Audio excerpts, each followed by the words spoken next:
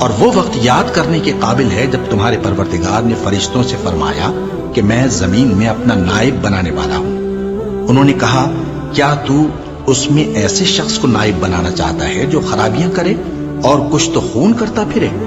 اور ہم تیری تعریف کے ساتھ تسبیح و تقدیس کرتے رہتے ہیں۔ فرمایا میں وہ باتیں جانتا ہوں جو تم نہیں جانتے۔ اور اس نے آدم کو سب چیزوں کے نام سکھائے، پھر ان کو فرشتوں کے سامنے کیا اور فرمایا کہ اگر سچے ہو تو مجھے ان کے نام بتاؤ۔ انہوں نے کہا تو پاک ہے، جتنا علم تو نے ہمیں بخشا ہے اس کے سوا ہمیں کچھ معلوم نہیں، بے شک تو دانا ہے، حکمت والا ہے۔ تب اللہ نے آدم کو حکم دیا کہ آدم تم ان کو ان چیزوں کے نام بتاؤ۔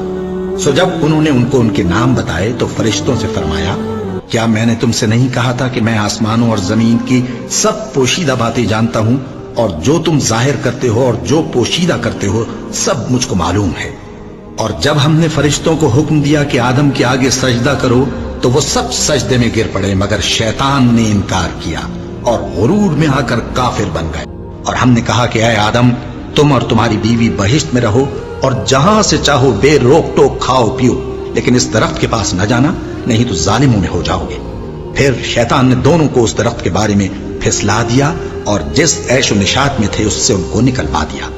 تب ہم نے حکم دیا کہ بہشت بری سے چلے جاؤ، تم ایک دوسرے کے دشمن ہو، اور تمہارے لیے زمین میں ایک وقت تک ٹھکانہ اور معاش مقرر کر دیا گیا ہے۔ پھر آدم نے اپنے پروردگار سے کچھ کلمات سیکھے اور معافی مانگی تو اس نے ان کا قصور معاف کر دیا۔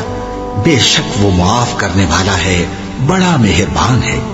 ہم نے فرمایا کہ تم سب یہاں سے اتر جاؤ، جب تمہارے پاس میری طرف سے ہدایت پہنچے تو اس کی پیروی کرنا کہ جنہوں نے میری ہدایت کی پیروی کی ان کو نہ کچھ خوف ہوگا اور نہ وہ غمناک ہوں گے، اور جنہوں نے اس کو قبول نہ کیا اور ہماری آیتوں کو جھٹلایا وہ دوزخ میں جانے والے ہیں اور وہ ہمیشہ اس میں رہیں گے۔